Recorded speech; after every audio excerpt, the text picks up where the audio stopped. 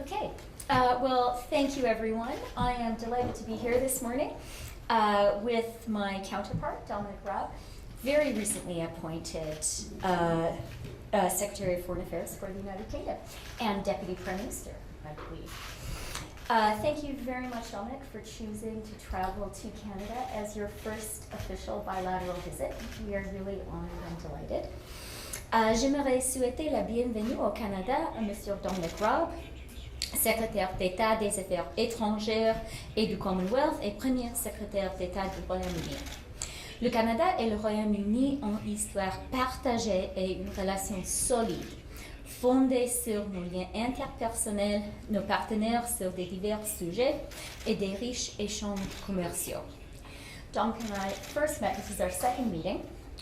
We first met on the margins last week of the ASEAN meeting in Bangkok. During that meeting, we discussed a number of issues of interest both to Canada and to the UK. Chief among them, the need for us together to stand in defense of the rules-based international order and liberal democracy at a time when both are under growing threat from rising authoritarianism.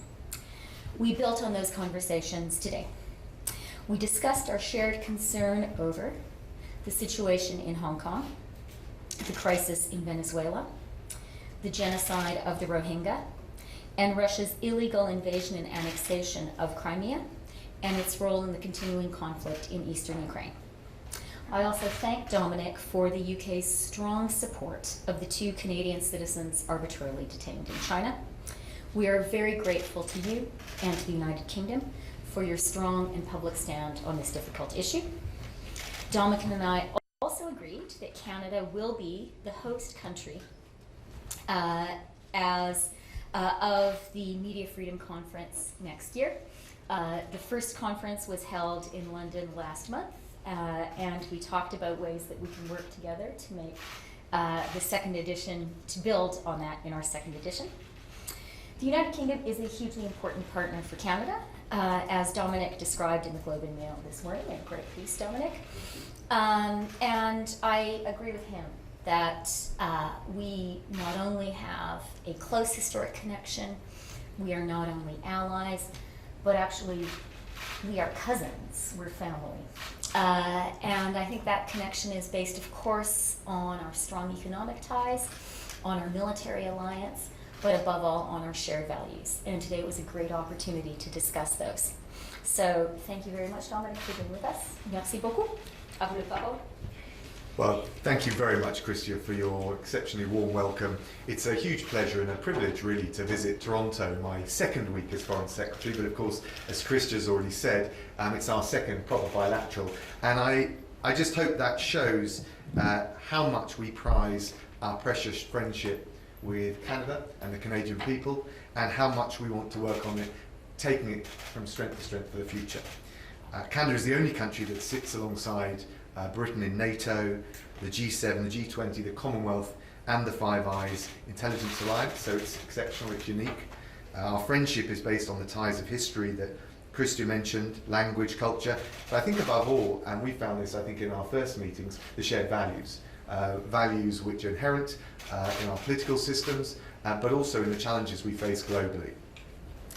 And it was just 2 months ago that we commemorated the 75th anniversary of D-Day in 1944, when the British and Canadian soldiers landed side by side on the very same beaches in Normandy. We think about the huge sacrifice made on all sides in that noble cause.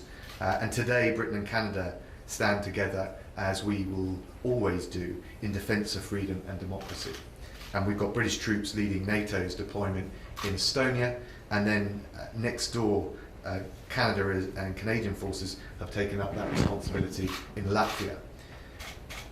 Our countries speak out together when our ideals come under attack, and as Christia's mentioned, that's been the case whether it's of issues relating to Canadian nationals or Canadian interests, but also for UK interests. Last month, Chrystia joined my predecessor, Jeremy Hunt, to co-host that conference on media freedoms in London, and we're delighted to think about ways to strengthen it for the second round, and our officials will be talking about the detail of that, but that's something I certainly share and prize with Chrystia and the Canadians.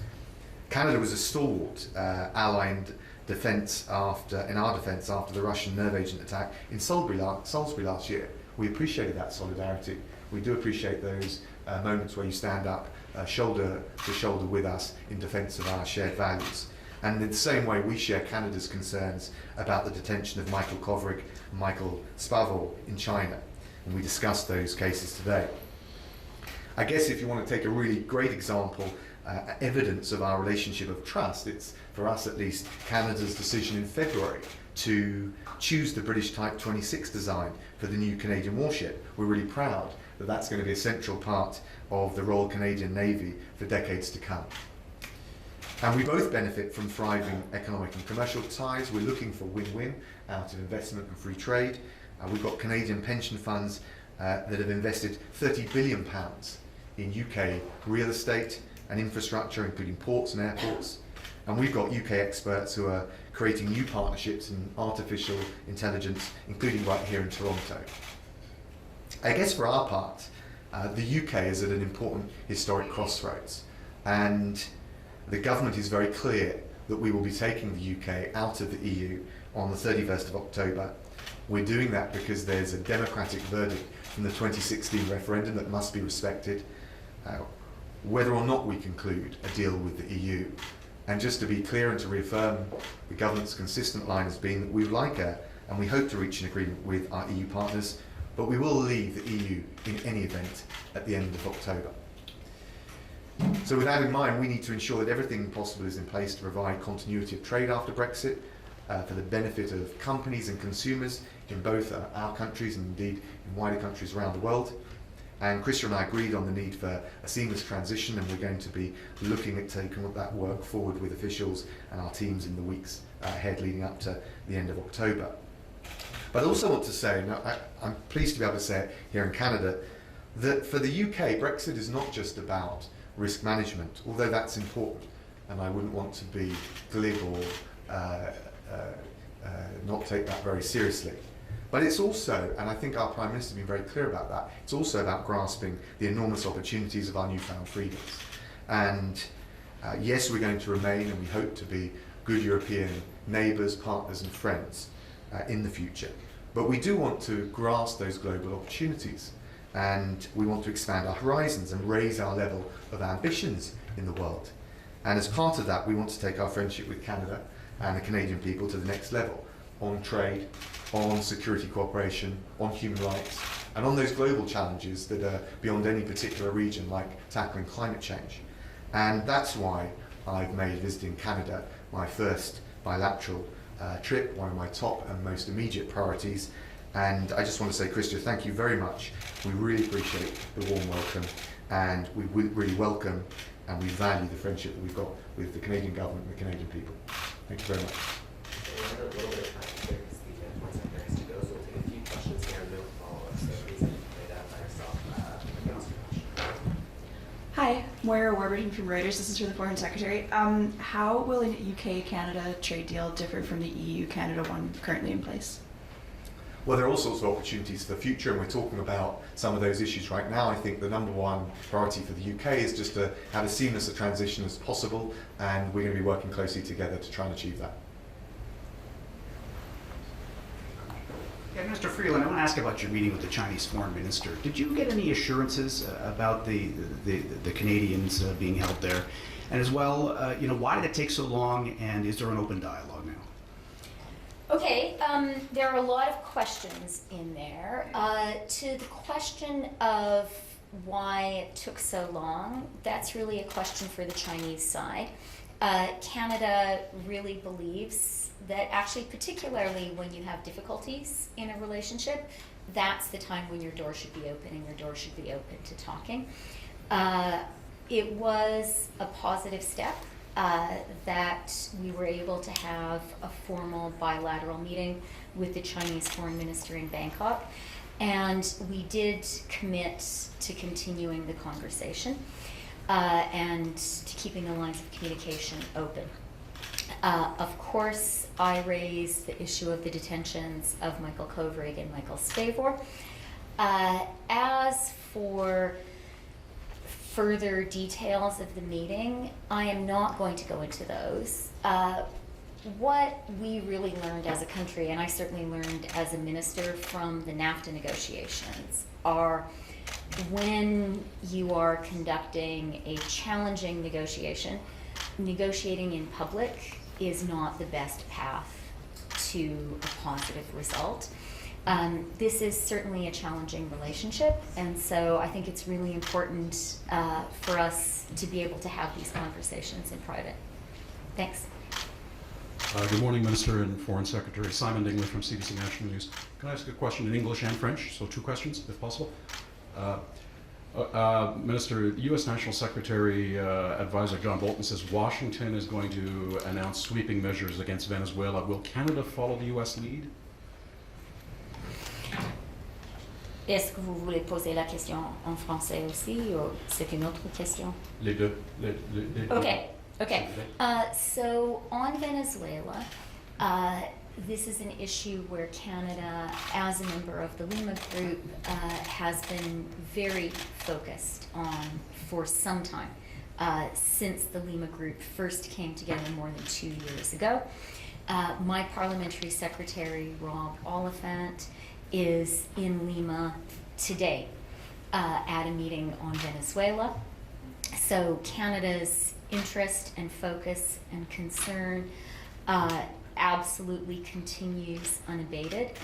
I would draw the attention of Canadians also to the recent report by Michelle Bachelet, who points to the terrible abuses of human rights that are happening in Venezuela under Maduro.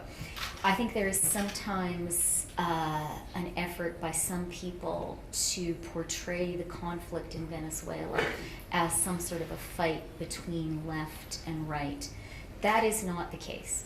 And I think Ms. Bachelet's report, she is a woman of the left, a Chilean leader of the left, who was very, very clear about the human rights abuses happening. What's happening in Venezuela is a struggle between democracy and human rights and dictatorship, and that's why Canada has made it such a priority to stand for the people of Venezuela and support them.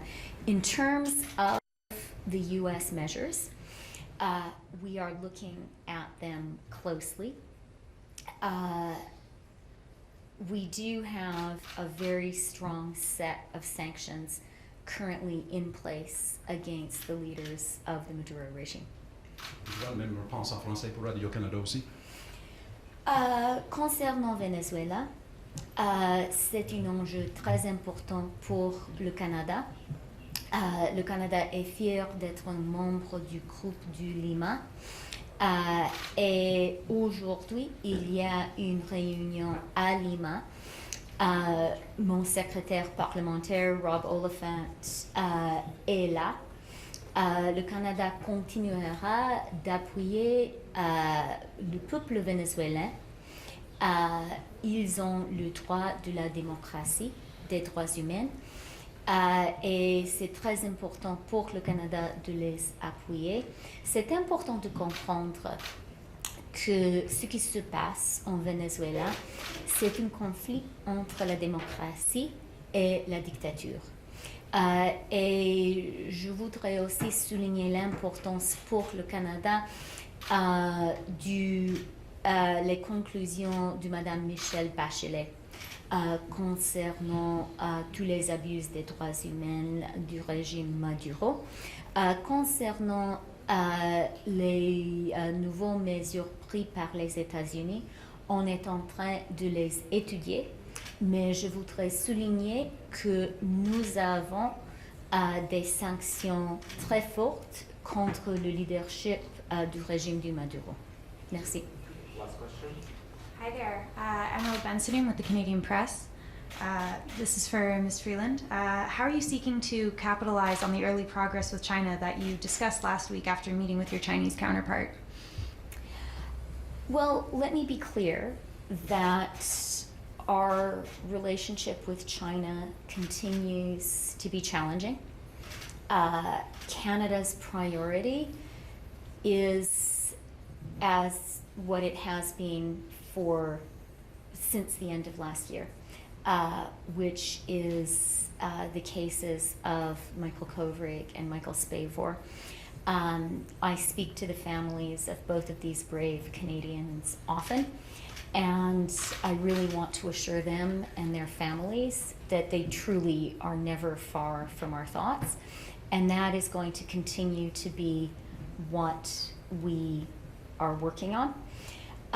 It was a positive step that I was able to have a face-to-face meeting with my Chinese counterpart, and we both committed to continue to keep the lines of communication open.